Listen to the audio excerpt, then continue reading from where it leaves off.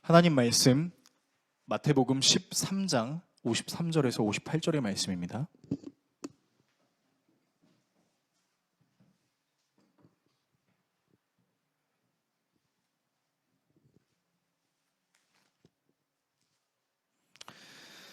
신약성경 약 22페이지 정도에 있습니다. 22 내지는 23페이지 정도에 있습니다. 마태복음 13장 53절에서 58절의 말씀 한 절씩 교독하시고 마지막 절은 같이 읽도록 하겠습니다. 하나님의 말씀을 읽겠습니다. 예수께서 이 모든 비유를 마치신 후에 그곳을 떠나서 고향으로 돌아가사 그들의 회당에서 가르치시니 그들이 놀라 이르되 이 사람의 이 지혜와 이런 능력이 어디서 났느냐? 이는 그 목수의 아들이 아니냐? 그 어머니는 마리아, 그 형제들은 야고보, 요셉, 시몬, 유다라 하지 않느냐? 그 누이들은 다 우리와 함께 있지 아니하냐? 그런즉 이 사람의 이 모든 것이 어디서 났느냐 하고 예수를 배척한지라. 예수께서 그들에게 말씀하시되 선지자가 자기 고향과 자기 집 외에서는 존경을 받지 않음이 없느니라 하시고, 같이 읽습니다. 그들이 믿지 않음으로 말미암아 거기서 많은 능력을 행하지 아니하시니라. 아멘. 오늘 여러분과 함께 예수님의 일생 50번째 시간 믿지 못하는 이유라는 주제로 하나님의 말씀 나누도록 하겠습니다. 우리가 계속해서 사복음서를 가지고 예수님의 일생을 시간 순서대로 다루고 있습니다. 그러다 보니까 마태를 봉독을 했다가 마가를 봉독하기도 하고 누가를 봉독했다가 요한복음을 봉독하기도 합니다. 그래서 여러분 다시 한번 말씀드립니다. 우리 교회는 예수님의 일생을 시간 순서대로 면밀하게 살펴보며 그분이 행하신 일이 무엇이고 그 일이 오늘을 사는 우리에게 무슨 의미를 가지고 있는지를 우리가 함께 나누는 시간이 바로 이 시간이라는 것을 기억하시면서 함께 말씀을 나누도록 하겠습니다. 옛말에 개천에서 용난다라는 말이 있습니다. 어려운 집안이나 주어진 환경이 어려운 사람이 열심히 노력하여 위대한 업적을 이루거나 매우 높은 지위에 올라 성공한다라는 뜻인데요. 이를테면 좋은 학원이나 공부할 만한 장소가 없는 외진 곳에서 좋은 것을 해줄 수 없는 부모님을 만난 학생이 나라의 이름을 높이는 일을 하거나 그 동네의 이름을 높이는 일을 하면 꼭 그 동네에 입구쯤에 이제 커다란 현수막이 달리는 겁니다. 뭐 예를 들면 이런 겁니다. 자랑스러운 우리 동네의 땡땡땡 스카이 합격, 자랑스러운 우리 아들 우리 딸 땡땡땡 대기업 입사, 자랑스러운 우리 자손 대한민국 대회 금메달 확정, 뭐 이런 커다란 글자가 달려있는 현수막 말입니다. 그래서 정말 그런 일이 전혀 일어날지 않을 것 같은 연약한 동네에 그런 일이 일어나면 동네 사람들이 자기 일처럼 기뻐해서 커다란 잔치를 열어서 신나게 먹고 마시는 일들이 과거에는 허다했습니다. 이제는 세상이 좋아져서 외진 곳에도 있을 만한 것은 다 있게 되었지만 이상하게도 개천에서 용난다라는 말을 찾아보기는 조금 어렵게 된 것 같아요.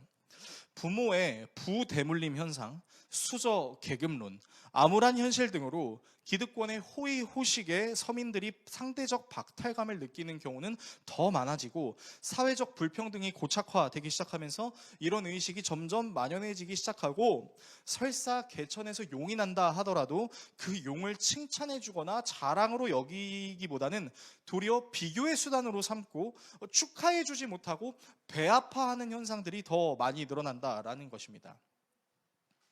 옛날에는 목사가 된다라고 하면 사람들이 참 기뻐했었던 것 같아요. 와, 목사님, 이제 목사님 되실 당신은 은혜 수저를 입고 살겠네요. 그런데 저조차도요, 제가 은혜 수저라는 사실이 기쁘다기보다는 하나님 도대체 제가 어떻게 살아야 되나요? 라는 그런 고민을 항상 하고 있는데 여러분은 어떠신가요? 오늘 본문에는 예수님이 고향으로 돌아오신 사건을 다루고 있습니다. 예수님의 고향은 나사렛이었는데요. 당시 나사렛은 그 유대인들에게 그렇게 좋지 않은 동네로 여겨졌었습니다. 그래서 예수님의 제자 중 한 사람도 이렇게 얘기했었던 적이 있었죠. 나사렛에서 무슨 선한 것이 일어날 수 있습니까? 라고 말입니다. 그랬던 동네에서 사람들을 고치시고 회개의 메시지를 선포하며 천국 복음을 가르치시는 예수님이 등장합니다. 자랑할 만하고 사랑할 만한 예수님에 대한 고향 사람들의 시선은 도리어 예수님을 달갑게 여기지 않습니다. 좀 더 정확하게 말하면 예수님을 믿지 않고 예수님을 배척합니다. 도대체 그들은 왜 예수님을 그렇게 대할 수밖에 없었던 것일까요? 오늘 본문을 통해서 여러분과 그 내용을 좀 살펴보려고 하는데요. 먼저 의심의 시작을 살펴보겠습니다. 그리고 의심의 결과를 살펴보겠습니다. 마지막으로 의심을 버리는 것을 살펴보겠습니다. 의심의 시작, 의심의 결과, 의심을 버리는 것. 이 세 가지 내용을 함께 나누고 기도하는 시간을 갖도록 하겠습니다. 첫 번째, 의심의 시작입니다. 여러 곳에서 복음을 전하시던 예수님이 고향으로 돌아오셨어요. 아마도 예수님의 고향이었던 나사렛에서도 예수님의 소문이 퍼졌던 것으로 보여요. 왜냐하면 예수님께서 자신의 고향으로 돌아가셔서 안식일날 회당에 갔을 때 그 회당을 운영하시는 회당장이 와서 설교 좀 해라 라는 기회를 줬기 때문이죠. 마가복음에는 이때가 안식일이라고 하고 있었는데 당시 안식일에 회당에서 율법을 가르치는 사람이 회당장이었습니다. 우리가 지난번에 다뤘던 그 회당장 야이로의 딸의 내용을 여러분 기억하시면서 들으시면 정말 그 회당장이라는 직업이 아무나 할 수 있는 직업이 아니었다라는 것을, 율법에 능통하고 하나님의 복음을 잘 전하는 사람이 할 수 있는 일이라 많은 사람들에게 굉장히 명망이 높은 직업이기도 했다는 것을 여러분은 기억하고 계실 겁니다. 자, 그런데 그렇게 명망이 높은 사람이 고작 30대 초반 정도밖에 되지 않는 청년 예수님 보고 회당에서 사람을 가르치라 라고 말할 수 있다는 건요, 실제로 엄청난 사실이죠. 마치 대학의 정교수님이 가르침을 받아야 할 학생 보고 당신이 대신 수업을 좀 진행해 보세요 라고 말하는 거나 다름없는 것입니다. 그래서 예수님께서는 회당장에게 가르칠 수 있는 권리를 부여받아서 사람들을 가르치기 시작합니다. 자, 보통 같은 고향 사람들이라면 어렸던 예수님이 저렇게 젊은 청년이 돼서 성장해서 복음을 가르친다는 것에 대해서 칭찬할 수도 있겠죠. 그런데 오늘 본문에는 그런 예수님을 칭찬하거나 잘했다고 따봉을 치켜 세워주는 장면은 전혀 등장하지 않습니다. 본문 54절에서 56절의 말씀을 화면을 통해서 같이 읽겠습니다. 예수께서 자기 고향에 가셔서 회당에서 사람들을 가르치셨다. 사람들은 놀라서 말하였다. 이 사람이 어디에서 이런 지혜와 그 놀라운 능력을 얻었을까? 이 사람은 목수의 아들이 아닌가? 그의 어머니는 마리아라고 하는 분이 아닌가? 그의 아우들은 야고보와 요셉과 시몬과 유다가 아닌가? 또 그의 누이들은 모두 우리와 같이 살고 있지 않은가? 그런데 이 사람이 이 모든 것을 어디에서 얻었을까? 자, 이 본문에 하나씩 좀 뜯어볼게요. 고향 사람들의 발언을 하나씩 뜯어보면요, 먼저 이들은 예수님의 직업을 언급합니다. 예수님의 직업은 여러분이 잘 아시는 대로 목수입니다. 그런데 이때 당시 쓰였던 이 목수라는 단어가요, 나무를 가공하고 접착하는 그런 일을 하는 사람들에게만 목수라고 하지 않았어요. 어떤 사람들에게도 목수라고 얘기했냐면 허드렛 일, 힘을 써서 무거운 곳을 옮겨야 하는 일, 소위 우리가 노가다라고 말하는 그런 일을 하는 사람들도 목수라고 얘기했습니다. 그러니까 이 사람들 눈에는 노가다꾼 정도밖에 안 되는 이 사람이 이런 복음을 전한다고? 라는 생각을 갖고 있는 것이죠. 그리고 이들은 예수님의 아버지의 이름을 언급하지 않고 어머니 마리아의 이름을 언급하고 있습니다. 자, 이로 보건대 아마 지금 예수님께서 회당에서 가르치시고 계셨던 그때는 예수님의 아버지라고 말할 수 있었던 요셉은 죽었던 것 같습니다. 많은 신학자들이 이제 요셉이 세상을 떠난 것으로 보고 있는데, 자, 그렇다면 사람들은 이렇게 얘기할 수도 있는 거죠. 이 예수는 몇 년 전에 죽었던 그 요셉의 아들 아닌가? 라고 얘기할 수 있는 거 아닙니까? 그런데 왜 이들은 예수님을 호칭할 때 세상을 떠난 요셉의 아들이라고 하지 않고 마리아의 아들이라고 하고 있는 것일까요? 여러분, 당시 유대 문화에서 사람의 수를 셈할 때 제외되는 사람들이 있었어요. 어린아이들이었고요, 또 죄인들이었고요, 또 누구였냐면 여성이었습니다. 게다가 유대인들의 문화에서는요, 아버지가 죽은 경우라도 특별히 상대를 모욕하는 경우가 아니고서는 어머니의 아들이라고 이야기하지 않았습니다. 다른 말로 하면 무슨 말입니까? 어머니의 아들이라고 이야기하는 것은 그 사람을 굉장히 깔보고 그 사람을 굉장히 낮게 여기는 발언이라는 것이죠. 즉 여자의 아들이라고 말하는 것은 그때 당시에는 그 사람을 굉장히 하찮게 보는 것이나 다름없는 것입니다. 그러니까 지금 이 사람들은 예수님을 어떻게 호칭하고 있냐면 아빠를 잃은 사생아예요. 굉장히 하찮게 여기고 있는 것입니다. 또한 이들이 무엇을 언급하기 시작하냐면 예수님의 가족을 언급합니다. 예수님의 육신의 동생들이었던 야고보, 요셉, 시몬, 유다, 그리고 그의 누이들을 언급하는데, 이들은 예수님의 가족 구성원이 어떤 인물들로 구성되어 있는지를 다 알고 있었죠. 그러니까 언제든지 찾아가면 찾아갈 수 있는 그런 동네 사람이었던 것이죠. 그러니까 이 사람들의 마음속에는 무슨 인식이 있냐? 아니, 우리 동네에 있는 그 예수의 가족들은 그렇게 훌륭하리만큼 대단한 일을 하는 사람들이 아닌데 예수가 이런 일을 한다고? 라고 생각하는 거죠.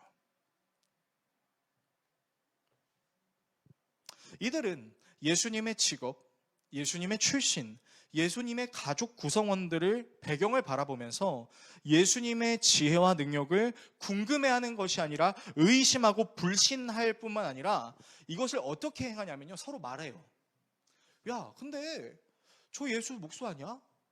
야, 목수이기도 한데 저 예수 아버지 죽고 마리아 아들 아니야? 야, 저 예수 가족들 그냥 우리 동네에 사는 그냥 별 볼 일 없는 사람들 아니야? 얘기가 얘기를 계속 낳게 되면서 어떤 일이 생기게 되냐면 군중 심리가 발동하게 됩니다. 쟤 걔 아니야? 맞아, 쟤 걔잖아. 쟤 이랬는데, 쟤 좀 별론데, 쟤 좀 못하는데. 그렇게 예수님에 대한 진위 여부를 알 생각을 하지 않고 군중 심리에 매도되어 버립니다. 여러분은 군중 심리에 대해서 어떻게 생각하십니까? 많은 사람들이 그냥 옳다고 생각하니까, 많은 사람들이 그렇게 믿고 있으니까 그것을 따라가는 것이 군중 심리가 될 수 있다는 거 여러분 혹시 알고 계신가요? 여러분, 군중 심리는 겉으로는 매우 논리적이고 합리적인 것처럼 보일 수 있지만 그의 이면에는 매우 맹목적일 수 있는 것이 군중 심리라는 것을 여러분이 아셔야 할 것입니다. 그래서요, 여러분, 군중 심리는요, 어떻게 보면은 모든 가치 있는 공동체들을 일으켜 세우는 고무적인 일이 될 수도 있겠지만 반대로는 한 사람을, 적은 사람들을 그냥 매도해버리고 살인해버릴 수도 있는 아주 끔찍한 심리라는 것을 여러분이 아셔야 할 것입니다. 한 연구단체에서 이 군중 심리를 연구했던 사례가 있었는데, 이제 100명을 이제 섭외를 합니다. 그리고 99명에게 약속합니다. 정답의 반대편으로 가라라는 약속을 해요. 그리고 한 명에게는 그런 얘기를 하지 않습니다. 자, 그렇게 100명을 모아놓고 OX 퀴즈를 진행했어요. 그리고 OX 퀴즈의 질문은 이런 것이었습니다. 다음 중이 아니라 해가 서쪽에서 뜬다라고 생각하신다고, 죄송해요, 이렇게 말이 이렇게 꼬이지? 해가 서쪽에서 뜬다고 생각하는 사람은 O로, 해가 동쪽에서 뜬다고 생각하는 사람은 X로 가십시오라는 문제였어요. 자, 여러분 질문하겠습니다.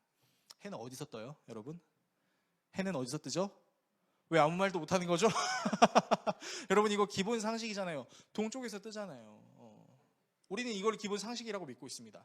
그래서 이 한 명이 당연히 이제 X로 가려고 했죠. 근데 놀랍게도 99명이 동그라미로 가고 있는 겁니다. 이 한 명이 이제 눈을 막 비비기 시작했어요. 이게 뭐지? 그리고 이제 사회자는 카운트를 하는 거죠. 10, 9, 8 이러니까 마음이 막 초조해지기 시작하면서 뭐야, 내가 알고 있는 게 잘못된 건가? 아니, 사실은 진짜 해가 서쪽에 뜨는 건가? 막 쿵쾅쿵쾅 하다가 결국에는 5로 간 겁니다. 99명이 간 그 자리로 간 겁니다. 나중에 이 실험을 끝나고 나서 그 한 명에게 인터뷰를 했어요. 왜 당신은 5로 갔습니까? 라고 얘기하니까 그 사람이 이렇게 얘기하더군요. 저는 해가 동쪽에서 뜨는 것을 상식으로 알고 있었는데 99명이 반대의 자리로 가니 그것이 맞는 것이라고 생각해서 저도 모르게 거기로 향했습니다. 여러분, 이게 군중심리의 무서움입니다. 내가 알고 있는 것도 부정하게 만들고 심지어 알려고 하는 의지조차도 발휘하지 못하게 만들 수 있는 무서운 영향력이 바로 군중 심리입니다. 그렇게 예수님의 직업, 출신, 가족 배경 이런 것들을 가지고 예수님을 판단하는 사람들의 말이 와전이 되고 와전이 돼서 결국에는 군중 심리가 모든 사람들이 예수님을 완전히 의심할 수밖에 없는 상황으로 만들었다는 것입니다. 두 번째, 의심의 결과입니다. 예수님을 있는 그대로 바라보지 않고 예수님의 직업과 출신, 가족 구성원을 바라보며 예수님의 지혜와 능력을 의심하고 불신할 뿐만 아니라 군중 심리를 형성한 고향 사람들은 결국 예수님을 어떻게 했을까요?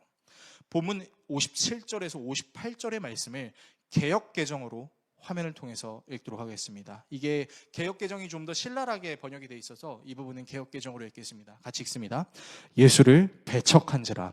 예수께서 그들에게 말씀하시되 선지자가 자기 고향과 자기 집 외에서는 존경을 받지 않음이 없느니라 하시고 그들이 믿지 않음으로 말미암아 거기서 많은 능력을 행하지 아니하시니라. 자, 본문에 등장하는 이 배척하다라는 단어의 원어의 의미는 걸림돌이 되다, 장애물이 되다, 실족하게 하다, 시험에 빠지게 하다라는 여러 가지 뜻을 가지고 있습니다. 그러니까 이 뜻을 다 적용해서 본문을 살펴보면요, 고향 사람들의 믿음을 예수님이 실족하게 하고 시험에 빠지게 하고 걸림돌이 되고 장애물이 되겠다라는 겁니다. 사실 고향 사람들은 예수님을 선입견과 색안견과 그들의 잘못된 경험으로 몰입했을 뿐인데, 그런 몰입이 복음으로 오신 예수님을 장애물로, 시험으로, 걸림돌로 여기게 만드는 것이죠. 같은 내용을 다루고 있는 다른 복음서를 살펴보면요, 이 내용이 좀 더 심각하게 표현이 되어 있는데, 예수님을 그냥 나사렛에서 쫓아내려고 하지 않습니다. 어떻게 하냐면요, 예수님을 절벽 끝까지 밀고 갑니다. 그래서 그 예수님을 절벽에서 밀어버리려고 합니다. 그리고 예수님께서는 몇몇 사람을 고쳐준 것 외에는 다른 기적은 행할 수 없었다라고 말하는 것이 바로 이 장면이에요. 그리고 이런 대접을 해주는 고향 사람들에게 예수님은 오히려 바깥에 있는 사람들이 자기를 밀어주고 존경해주는 반면 고향 사람들은 오히려 자기를 배척한다라고 말씀하십니다. 본문은 예수님이 그들의 믿지 않음 때문에 기적을 많이 행하지 않으셨다라고 기록하고 있는데, 여러분 이 말씀을 제대로 살펴보면요, 오히려 예수님은 고향에 많은 이적을 주시려고 오셨죠. 근데 그것을 누가 배척했어요? 고향 사람들이 배척한 거예요. 예수님이 그 사람들의 믿음 없음을 보시고 사역을 안 하신 것이 아니라 예수님은 오히려 사역을 하시려고 온 것인데 그 예수님을 고향 사람들이 배척했다는 것이죠. 예수님은 사역하고 싶으셨지만 오히려 고향 사람들이 예수님을 막은 것입니다. 본문을 묵상하면서 개인적으로 이 내용이 좀 저에게 굉장히 슬프게 다가왔었는데, 우리가 믿는 예수님은 상한 갈대를 꺾지 않으시고 꺼져가는 등불을 끄지 않으시는 예수님, 그 예수님을 나의 구주로 믿는다고 말하는 오늘날의 사람들조차, 오늘날의 교회들조차 자칫 이런 학연이나 지연, 혈연이나 배경이나 직업 등으로 사람을 판단하는 일들이 나온다는 거예요. 좀 부끄러운 고백을 하나 하려고 합니다. 저는 목회를 하면서 좋은 목회 선배님들을 정말 많이 만났습니다. 지금도 저를 위해서 기도해 주시고 저에게 좋은 가르침을 주시는 여러 선배 목사님들이 계시는데, 그런 좋은 선배 목사님들이 계신 반면에 좋지 않은 선배 목사님들도 계십니다. 되게 웃긴 게, 그 좋지 않은 목사님들은요, 제가 원치 않았는데 와서 꼭 잔소리를 하시더라고요. 마치 저에게 으름장이라도 놓으시려는 것처럼 이상한 조언 같은 충고를 하시는 분이 계셨어요. 한번 들어보세요. 그분들이 저에게 어떤 충고를 하셨는지 말씀드리겠습니다. 정 목사, 당신의 미래를 위해서 학위를 좀 더 따보는 게 어때? 당신의 학위가 더 많고 이력에 한 줄이 더 있으면 나중에 당신이 교회를 청빙하려고 할 때 더 도움이 되지 않을까? 정 목사, 지금 타고 있는 모닝은 이제 타지 말길 바래. 좀 더 좋은 차를 타고 다녀. 정 목사, 모닝 타고 다니면 성도들이 정 목사에 얕본다. 정 목사, 주일에 설교할 때는 맞춤 정장을 입도록 해. 혹시 당신의 옷장에 명품 정장이 있나? 갤럭시? 가르시아? 땡땡땡? 그게 있으면 최대한 그것을 입도록 해. 반듯하고 머리도 잘 빗고 당신의 옷에 먼지 하나도 묻지 않는 상태로, 그리고 성도들 앞에선 당당하게 걷도록 해. 정 목사, 교회에 레드카펫을 깔아. 레드카펫을 깔라는 얘기가 아니라 레드카펫처럼 보이게 교회를 조성하라는 거야.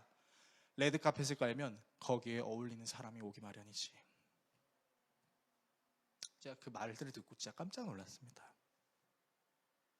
그래서 목사님, 지금 목사님께서 해주신 이 말씀을 목사님 설교 강단에서도 하실 수 있으세요? 라고 마음속으로 얘기했어요. 그렇게 얘기하면 이제 큰일 나니까. 그러니까 여러분, 이 모든 말의 내용을 요약하면 다음과 같습니다. 성도들에게 무시당할 만한 행동하지 말고 성도들이 납득할 수 있는 스펙을 쌓으라는 거죠. 그런데 말입니다, 그렇게 목회하면 정말로 성도를 사랑할 수 있을까요? 저는 그렇게 못하겠어요. 왜냐하면 제가 그렇게 성도들에게 다가가면 저에게 있어서 성도는 제 자신감과 저의 놀라움과 저의 스펙을 인정해주는 수단으로밖에 제가 여기지 않을 것이라는 것을 제가 알았기 때문이죠.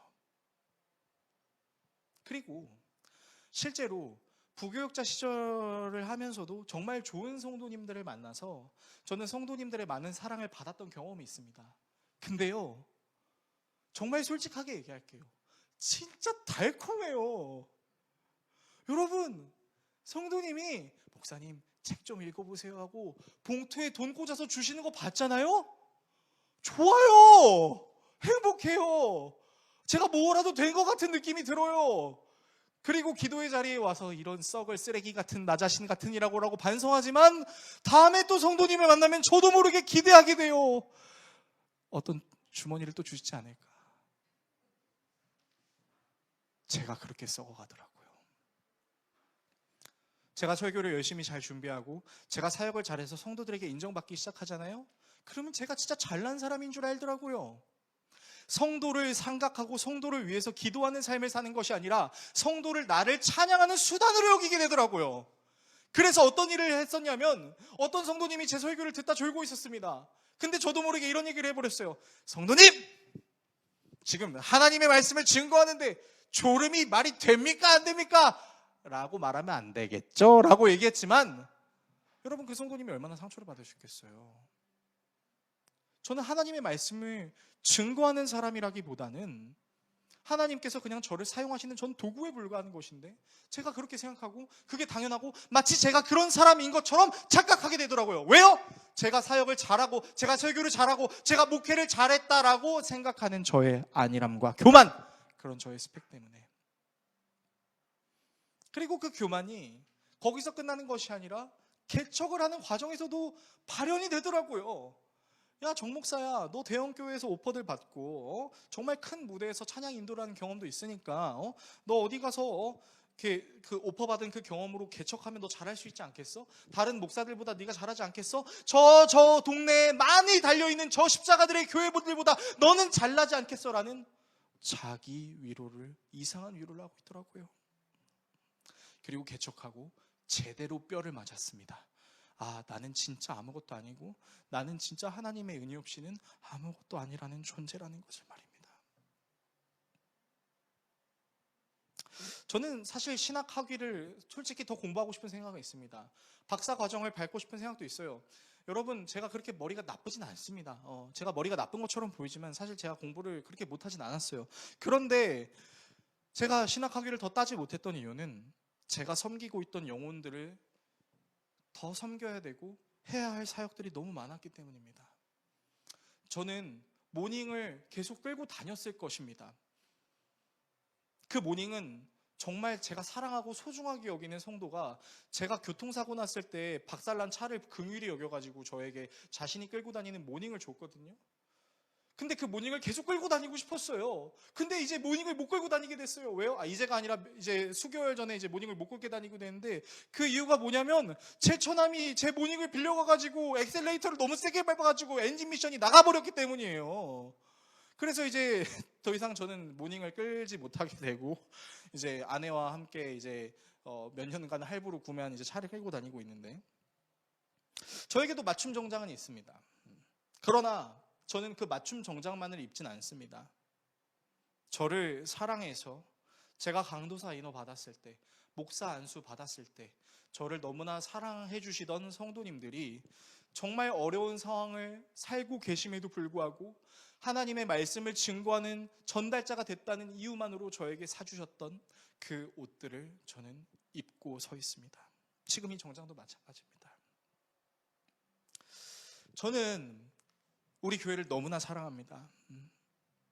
우리 교회에 레드카펫이 깔려서 돈 많고 지성이 넘치고 잘생기고 풍족한 환경에 사시는 분들만 우리 교회에 오셔서 그런 게 아니라, 정말로 하나님의 은혜 없이는 살 수 없다고 고백하는 믿음의 사람들이 우리 교회에 와주셔서 믿음을 잃고 살아가다가 이제 다시 주님을 바라고 신앙을 시작하려고 하시는 분들이 우리 교회에 오셔서 교회에 크게 상처받았지만 그것으로 교회를 떠나려고 하는 것이 아니라 나를 사랑해 주시는 그 주님을 포기하지 않으려고 안간힘을 쓰며 교회에 발걸음하신 사람들이 계셔서 젊은 날 열심히 신앙생활을 하셨다가 상처받고 힘이 없어 지쳤지만 인생의 후반기에도 하나님을 젊었을 때와 같이 열심히 섬기려고 하셨던 분들이 우리 교회에 오셨기 때문이죠.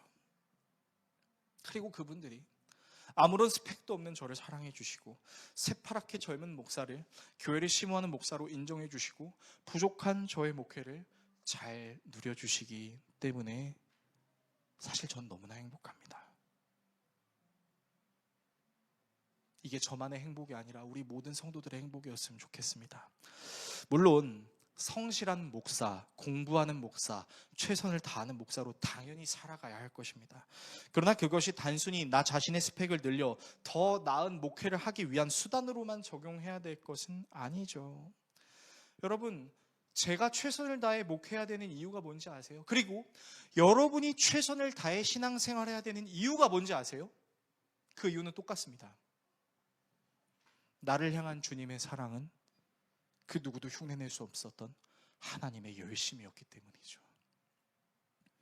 하나님도 절대 포기하지 않으시고 우리를 끝까지 사랑하셨기 때문이죠. 그 사랑을 아는 사람이면 하나님이 우리를 사랑하시고 세례를 받았으니까 죄 지어도 되죠라고 말 못하죠.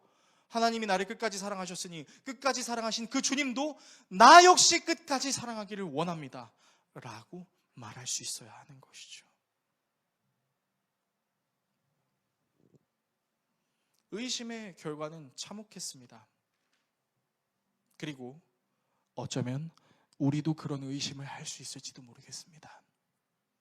우리도 예수님이 제일 중요해라고 이야기하면서 사실은 사람을 볼 때 그 사람의 직업, 그 사람의 능력치, 외모, 배경을 보고 그 사람은 그런 사람일 거야 라고 우리도 모르게 색안경과 편견을 가지고 사람을 대하진 않았는지, 그리고 그 색안경과 편견을 가지고 하나님을 대하지는 않았는지를, 그래서 어쩌면 아직 우리가 하나님과의 온전한 교제가 없었던 이유가 그것 때문인지는 아니었는지를 우리가 살펴봐야 한다는 것입니다. 세 번째, 의심을 버리는 것입니다. 여러분, 어떻게 하면 의심을 버릴 수 있을까요? 여전히 학연, 지연, 혈연, 배경, 군중 심리에서 자유로워짐으로 우리에게 역사하시는 하나님의 은혜를 날마다 누릴 수 없는 이 괴로움을 가진 우리들은 어떻게 해야 의심을 버릴 수 있을까요? 그냥 믿어. 덮고 믿으면 돼. 안 믿어지지만 믿게 해주세요. 그냥 소리 지르면 돼. 뭐 그게 가능하신 분이 있겠지만 불가능한 사람들도 있습니다. 어떻게 해야 될까요?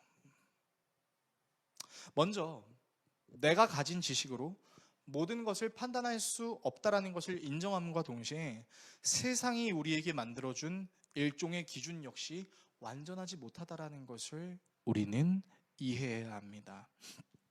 여러분, 우리가 가진 지식은요, 어떤 측면에서 보면 우리가 파는 우물 같습니다. 그리고 세월이 흐르면 그 우물을 더 깊게 파게 된 나머지 그 우물 밖을 보지 못하는 우리의 모습을 발견할 수 있죠. 그리고 그 우물에 계속 있으면 우리는 우물안 개구리가 되는 겁니다. 여러분, 우리는 우리가 가진 지식만을 고집해야 되는 것이 아니라 내가 갖지 못하는 지식을 추구하고 내가 몰랐던 지식도 인정할 수 있는 그런 인식이 우리에게 필요합니다. 특별히 신앙은 더 그렇습니다. 여러분, 우리 교회가 장로교회라고 해서 장로교가 전하는 복음이 다 진짜 복음이라고 생각하지 마십시오. 감리교회도, 침례교회도, 성결교회도, 다른 교단들에도, 초교파에도 배울 점이 너무나 많습니다. 모두가 다 하나님을 향해 가는 길이고 모든 교단은 다른 점을 존중하고 인정하며 함께 하나님 앞에 나아가야 하는 것입니다. 또한 우리가 공통적으로 가지고 있는 지식들은 절대 천편일률적일 수 없어요. 인생을 통해서 우리가 배워가는 게 있습니다. 그게 뭐냐면요, 절대적인 것은, 당연한 것은 이 세상에 아무것도 없다라는 겁니다. 여러분, 유행도 마찬가지죠.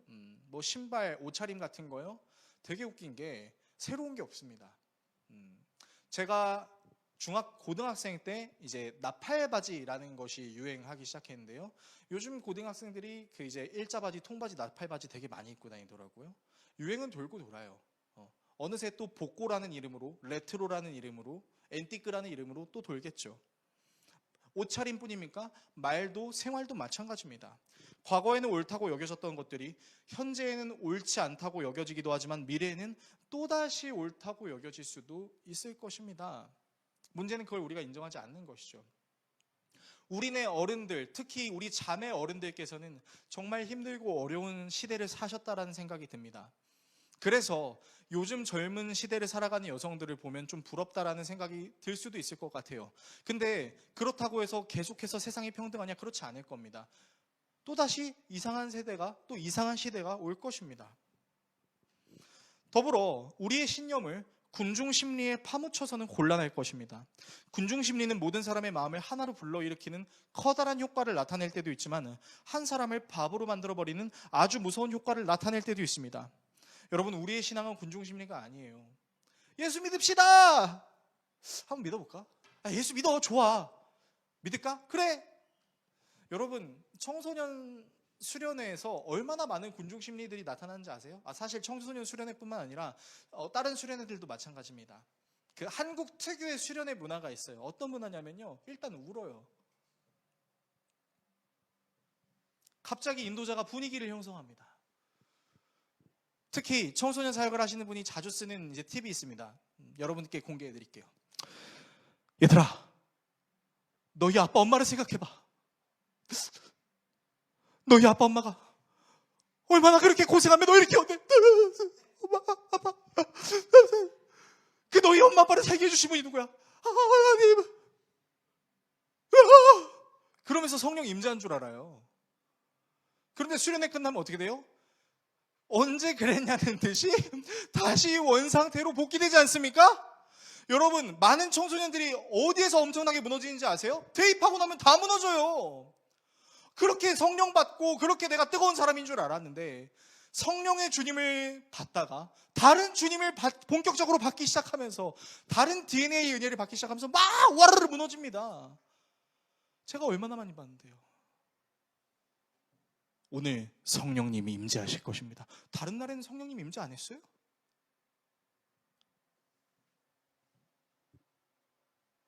그때 제가 왜 그렇게 울면서 기도했는지 잘 모르겠어요. 모르겠지. 군중심리 따라 울었으니까. 아빠 엄마 생각하면 눈물이 나 안 나? 나지. 물론 정말 나쁜 아빠 엄마면 눈물이 안 날 수도 있겠지만 여러분, 우리의 신앙생활은 군중심리가 아니에요. 우리의 신앙은요, 알아가는 거예요. 지식적으로만 알아가는 것이 아니라 우리의 삶을 통해서 배워가는 거예요. 그래서 우리의 삶은요, 살아내는 거예요. 그리고 살아냄을 계속해서 경험하기 시작하면서 우리가 무엇을 깨닫습니까? 나는 하나님의 은혜 없이는 살아갈 수 없는 존재구나. 의인은 없나니 아무도 없다 라는 그 하나님의 말씀을 깨닫고 하나님의 의를 구하죠. 나의 판단 기준, 사람들의 판단 기준, 군중심리가 모두 포함하고 있는 것이 있습니다. 그것은 바로 인간은 절대 스스로 의로워질 수 있는 존재가 아니라는 것입니다. 그 사실을 우리에게 알려주시기 위해 하나님께서 세우신 계획이 있었어요. 바로 인간의 옷을 입으시고 직접 인간의 삶을 살아내신 예수 그리스도의 삶입니다. 그분의 삶을 통해서 우리는 한 가지 거울을 보게 됩니다. 바로 절대 의인이 될 수 없는 우리의 모습입니다. 여러분, 예수님의 탄생부터 한번 살펴볼까요? 여러분, 예수님이 말밥통에 태어나셨죠. 이게 되게 와닿지 않을 수 있는데, 만약에 여러분의 자녀가 말밥통에 태어날 위기라고 한번 생각해 봅시다. 예수님이 말밥통에 태어나셨던 그때는 그 말밥통이 숙소에 있는, 여관에 있는 말밥통이었습니다. 근데 해산의 고통이 다가오고 있어요. 그럼 여러분 어떻게 하겠어요? 미안합니다. 여러분이 자야 되는 자리가 부족하겠지만 여기 있는 우리 아이가 좀 잘 태어날 수 있도록 도와주세요. 그렇게 얘기하지 않겠습니까? 누가 말밥통에서 내 아이를 태어나게 만들어요? 그렇게 하면 정말 무책임한 부모 아닙니까? 근데 성경이 그렇게 얘기했다는 건 무슨 얘기예요? 요셉과 마리아에게 자녀를 출산할 수 있는, 해산할 수 있는 공간조차도 내주지 않는 사람들의 완악함을 얘기하는 것이죠. 그분이 태어나셨을 때 헤롯 왕이 유대 남아 살아의 정책을 펼쳤었던 이유는 뭡니까? 자신의 권력이 침범을 받을까 봐. 동방에 있는 박사들이 별을 따라왔대. 저 별이 여기에 있대. 뭐야, 나의 왕권을 침탈하려는 사람인가? 자신의 가족조차도 자신의 왕권을 위해서라면 해치우던 사람이 헤롯 왕이었는데, 그러니까 유대 남아 학살 정책을 펼치죠. 얼마나 이기적입니까? 그분이 훌륭하게 사역을 하고 계시다가 고향에 오셨을 때 예수님을 축하하거나 칭찬하거나 배워보고 싶다라는 생각을 갖지 못했던 것은 어쩌면 동네 이웃을 축하해주지 못하고 이 동네에 사는 나도 별 볼 일 없이 그냥 살아가고 있는데 뭐 네가 그렇게 대단한 삶을 살고 있다고? 네가 성공해? 그럴 수 없어. 너도 우리와 같은 배경으로 살아야지 라고 끌어내리는 이상한 공산주의적 사고 같은 사람의 연약함. 그분이 로마 병정에게 잡혀가실 때 같이 있었던 제자들이 모두 그 자리를 떠났다는 것이 무엇을 반증하겠습니까, 여러분?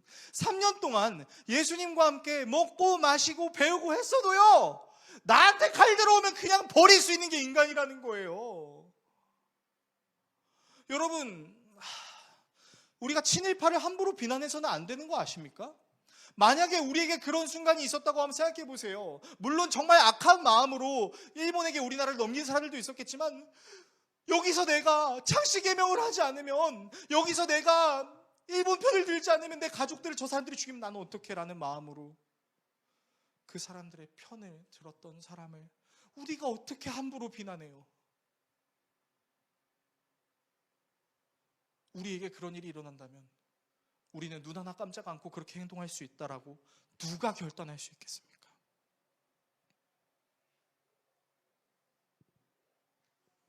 예수님의 삶은요, 배신, 통수, 의심, 회의, 불안, 연속이었습니다. 그러나 그 모든 것을 자신의 피로 씻어내시고 부활하심으로 우리를 새로운 피조물이 되게 하셨어요. 그 예수님을 믿는 우리에게 나타난 은혜가 무엇이냐면요, 더 이상 사람을 판단의 대상으로 보는 것이 아니라 사랑의 대상으로 보는 것입니다. 내가 가진 기준으로 그 사람을 판단하는 것이 아니라 나에게 역사하신 하나님이 그 사람에게 어떻게 역사하실지를 기대하게 하는 겁니다. 그리고 이 마음은요, 은과 금, 세상 판단 기준이 없어도 그에게 나사렛 예수 그리스도의 이름의 능력이 있다는 것을 믿을 수 있게 합니다.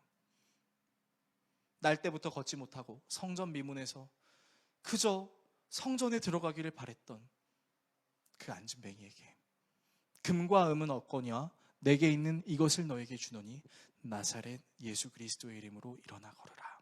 여러분, 근데 그 장면이 얼마나 재밌는 장면이냐면요, 베드로와 요한이 성전에 기도하러 올라갈 때였어요. 다른 말로 하면 그들이 이전에는 성전에 기도하러 안 올라갔을까요? 그들이 미문에 앉아있는 안진뱅이를 그때 처음 봤을까요? 아니에요.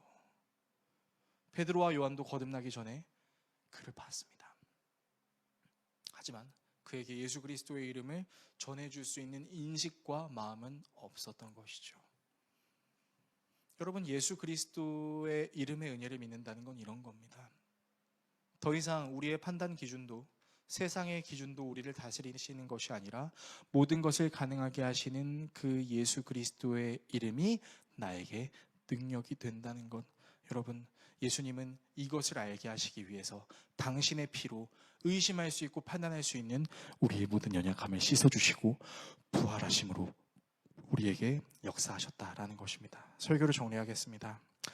사랑하는 성도 여러분, 우리는 예수님을 믿으면서도 여전히 예수님을 의심할 수 있는 연약함을 가지고 있습니다. 그래서 어떤 목사님께서는 저에게 이렇게 말씀하셨어요. 좋은 신앙은 51% 믿고 49% 의심하는 거야. 되게 일리 있는 말이더라고요. 그러니까 절반에서 요만큼만 쏠려도 잘 믿는 거래요. 저는 되게 동의합니다. 왜냐하면 저조차도 하나님을 온전히 잘 믿지 못한 연약함이 있기 때문이죠. 예수님을 믿고 싶어도 여전히 내 생각을 고집하고 싶고 세상이 만들어 놓은 기준이 오히려 율법처럼 느껴져서 남들이 맞다고 하면 맞는 거지라는 마인드로 종교 생활하고 싶은 연약함이 솔직히 저에게 있습니다. 그때 예수님께서 저에게 말씀하셨어요. 바로 그때가 네가 나를 바라봐야 되는 때야. 나의 탄생을 생각해보렴, 나의 삶을 생각해보렴, 나의 죽음을 생각해보렴, 나의 부활을 생각해보렴. 나의 모든 계획에 여전히 사람들의 판단과 색안경과 편견이 있었지만 그 모든 것을 내가 이겨냈다. 그런 내가 그렇게 편견과 판단 기준에 얽매일 수 있는 너를 나의 피로 씻어주겠다. 나와 함께 가자. 그래서 우리가 해야 할 일이 있습니다. 우리가 해야 할 일은요, 여러분의 마음에 의심이 생긴다면 혹은 예수님을 잘 믿지 못하겠는 마음이 생기면 아이 무슨 생각이야, 덮어, 주님 믿음 주세요. 좋은 것이긴 한데요, 저는 이렇게 여러분들께 권면드리고 싶습니다. 여러분, 예수님과 함께 여러분의 의심을 직면하십시오. 문제가 생겼을 때 하나님 문제를 피하게 해주세요라고만 기도할 것이 아니라 하나님과 함께 이 문제를 직면하게 해주세요. 그래서 우리의 뼈가 깎이고 살이 찢기는 고통이 있더라도 하나님께서 절대 나를 버리시지 않을 것이라는 것을 여러분은 반드시 경험할 수 있습니다. 어떻게요? 예수 그리스도의 이름을 믿는 믿음으로 나아간다면 말입니다. 여러분, 그것을 해결하시는 주님과 함께 오늘을 살아내십시오. 세상 사람들은 우리에게 말합니다. 야, 안 돼. 지금 네가 하나님께 기도할 때가 아니라 지금 너는 이걸 해야 될 때야 라고 말하는 그 세상의 기준 앞에 우리는 이렇게 말하는 거죠. 나사렛 예수 그리스도의 이름으로 내가 주님과 함께 걷습니다. 내가 주님과 함께 하나님께서 내게 허용하신 모든 계획들을 걸어 나아갑니다. 힘듭니다. 어렵습니다. 그렇지만 보십시오. 제가 앞으로 어떻게 살게 되는지를 말입니다. 그 믿음의 사람들의 고백이, 순교가 우리에게 선교가 되고 전도가 되어 오늘 우리가 예수 그리스도를 믿게 되었습니다. 여러분, 의심이 다가온다면 그 의심을 예수님과 함께 직면하십시오.